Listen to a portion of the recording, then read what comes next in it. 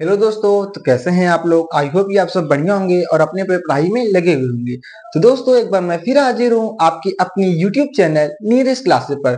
तो दोस्तों आज की क्लास स्टार्ट होने से पहले मस्त होके बैठिएगा, चौड़े होके बैठिएगा, स्ट्रेस फ्री होके बैठिएगा, क्योंकि एक बार फिर आपका भाई फिर आया है एक और तबाही लेक्चर के साथ।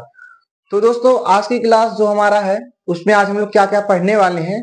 आज हमारा टॉपिक क्या है कि हम लोग आज के टॉपिक्स में कवर क्या करने वाले हैं। तो आज हम लोग सबसे पहले पढ़ेंगे ब्लड के बारे में, ठीक है।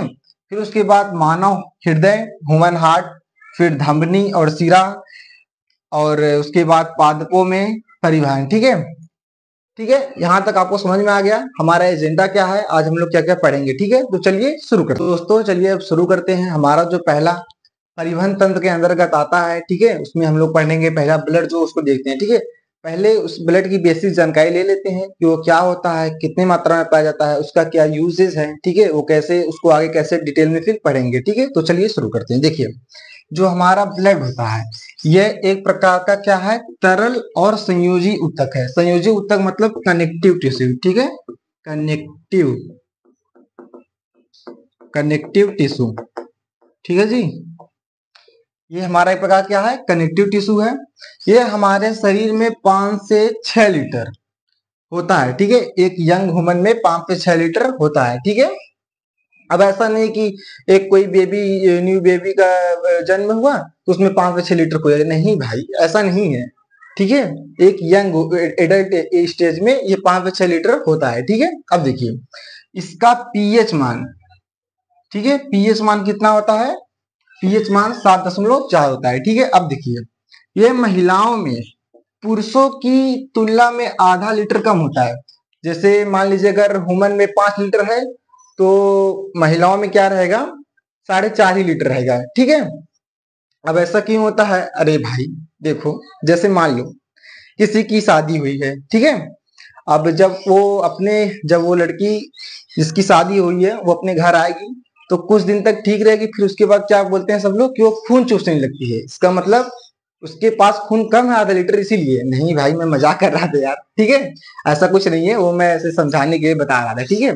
तो इतना जान लो, लेकिन अब भूलोगे नहीं आप, इतना तो याद यकीन है मुझे, ठीक है। तो महिलाओं में क्या रहता है, पुरुषों की तुलना में आधा लीटर कम ब्लड होता है, ठीक है। इतना समझ में आ गया। अब आगे देखिए, यह रक्त का लगभग 55%, ठीक है। रक्त बोले तो रुधिर, ठीक है, इसको आप रुधिर भी बोल सकते हैं, ठीक है, ठीक है। लगभग 55% क्या रहता है, प्लाज्मा, और बाकी सब जल होते हैं, ठीक है। वो अभी हम बाद में डिस्कस करेंगे, ठीक है, अभी इसके बाद नेक्स्ट में डिटेल में, ठीक है। अब देखिए प्लाज्मा होता है और बचा हुआ 45% भाग क्या होता है, रक्त में क्या रहता है, ब्लड रहता है, ठीक है। 45% ही ब्लड रहता है और सब क्या 45% क्या रहता है, प्लाज्मा रहता है, ठीक है। और उसमें प्लाज्मा में क्या कर रहता है, 90% तो पानी रहता है, ठीक है। अब आगे देखिए, देखिए अभी तक हमने ओवरऑल जो पढ़ा है ब्लड के बारे में, अब उसे फुल डिटेल में देखते हैं कितने प्रकार का होता है और इसमें क्या क्या कार्य है, ठीक है। चलिए देखते हैं। देखिए देखिए जो हमारा ब्लड होता है वो 2 पार्ट में डिवाइड होता है, ठीक है। उसमें उसमें 2 चीज पाया जाता है, एक तो पहला प्लाज्मा है, ठीक है, और उसमें कुछ कोशिकाएं होती हैं, ठीक है, रक्त कोशिकाएं, ठीक है। जो प्लाज्मा देखिए होता है, देखिए इसमें भी बताया गया है प्लाज्मा, ये 50% इसमें प्लाज्मा रहता है, और रक्त कोशिकाएं इसमें 50 नहीं, ये 55 होता है, ठीक है। 55% ये होता है और 45% ये रक्त कोशिकाएं होती है, ठीक है। अब देखिए जो इसमें 55% जो हमारा प्लाज्मा है, अब इसमें क्या रहता है, 90% तो सिर्फ क्या रहता है, H2O बोले तो पानी रहता है, 6 से 8% इसमें प्रोटीन रहता है, होता है, ठीक है। अब लास्ट जो है वेरी इंपॉर्टेंट है, फाइब्रिनोजेन। ये क्या होता है, जब हमको चोट लग जाती है जो हमारा थक्का बनता है, ये इसी के कारण बनता है, ठीक है। फाइब्रिनोजेन, इसका मुख्य कारण क्या है, थक्का बनना, ठीक है, थक्का बनना इसी प्रोटीन के कारण होता है, ठीक है, फाइब्रिनोजेन के कारण, ठीक है। अब देखिए जो हमारा रक्त कोशिकाएं हैं इसमें क्या रहता है, इसमें आरबीसी रहता है, रेड ब्लड सेल, ठीक है, और इसमें प्लेटलेट्स होता है, ये 2 भागों में बांटा गया है, और इसमें डब्ल्यूबीसी भी होता है, व्हाइट ब्लड सेल, ठीक है। तो जो हमारा रेड ब्लड सेल जो ये होता है, ये क्या होता है, आरबीसी, ये हीमोग्लोबिन के कारण क्या होता है, लाल रहता है, ठीक है, जो पूरी बॉडी में सर्कुलेट करता रहता है, ठीक है। और जो जो हमारा WBC होता है, ठीक है, जो हमारा WBC होता है ये विषाणुओं को नष्ट करने में सहायक है, ठीक है। इसे हम बॉडीगार्ड भी कह सकते हैं, ठीक है, क्या कह सकते हैं, बॉडीगार्ड।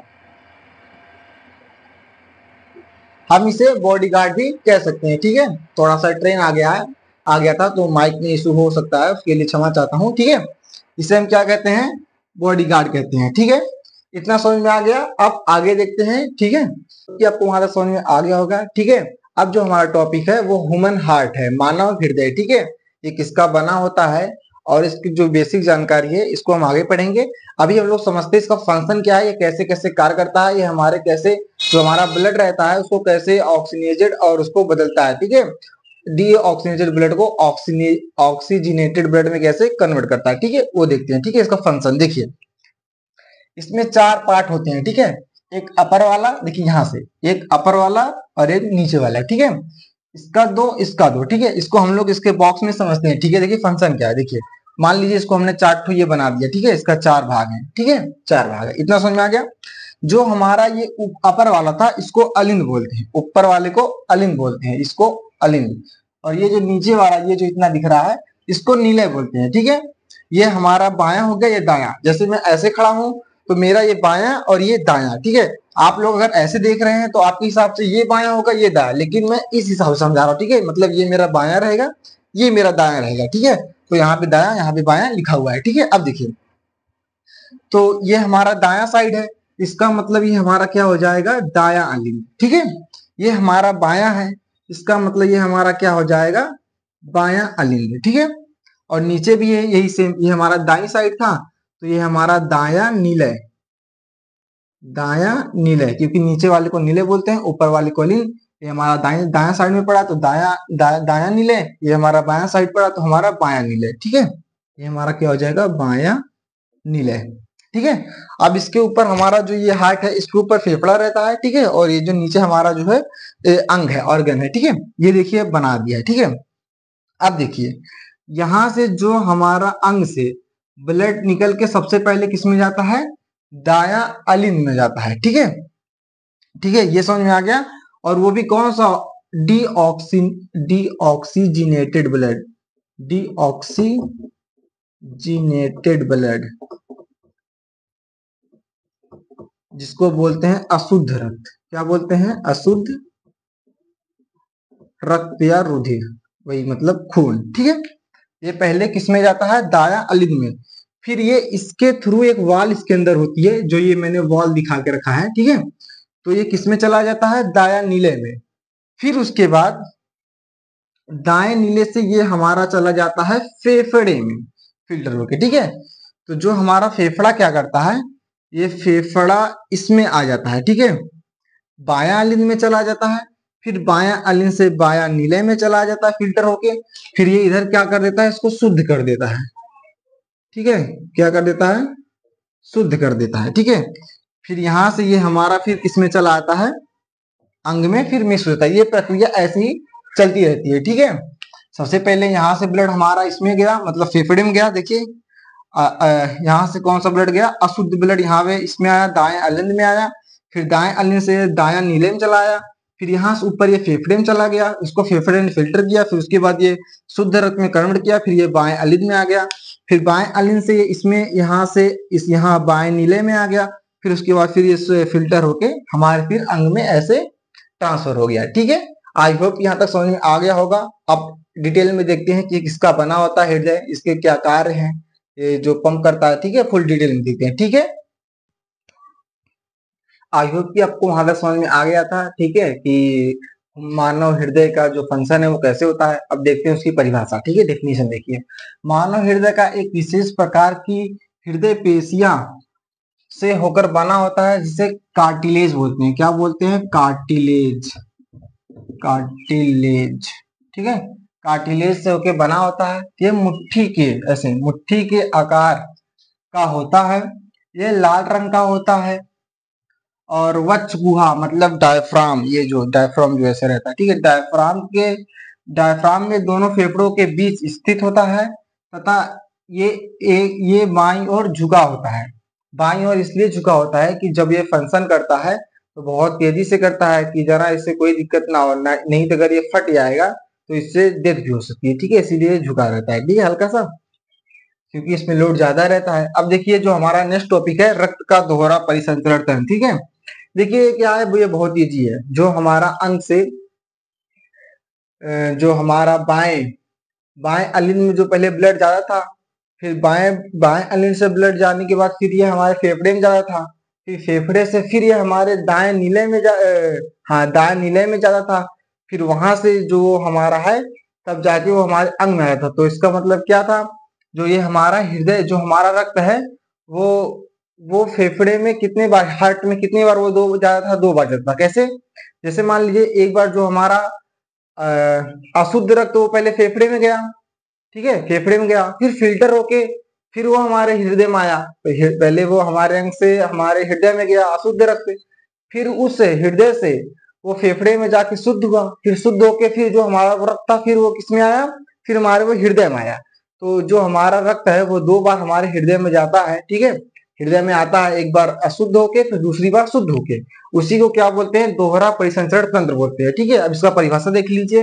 हृदय का दाया व बाया ऑक्सीजनेटेड बोले तो O2 ऑक्सीजन तथा कार्बन डाइऑक्साइड CO2 को मिलने से रोकने के लिए लाभदायक होता है। ये उच्च दक्षतापूर्ण O2 की पूर्ति करता है। ठीक है, आई होप कि आपको यहाँ तक समझ में आ गया होगा। अब आगे देखिए, 2 टॉपिक और बताए, बिल्कुल छोटे छोटे से हैं। ठीक है, तो अब आगे देखिए, आई होप कि आपको वहां तक समझ में आ गया होगा। ठीक है, अब जो धमनी और शिरा में अंतर देखते हैं, जो बोर्ड में 2 से 3 नंबर का पूछता है। ठीक है, अब देखिए, जो हमारा धमनी होता है, आर्टरी, इसकी दीवारें क्या होती है, मोटी होती है और लचीली होती है।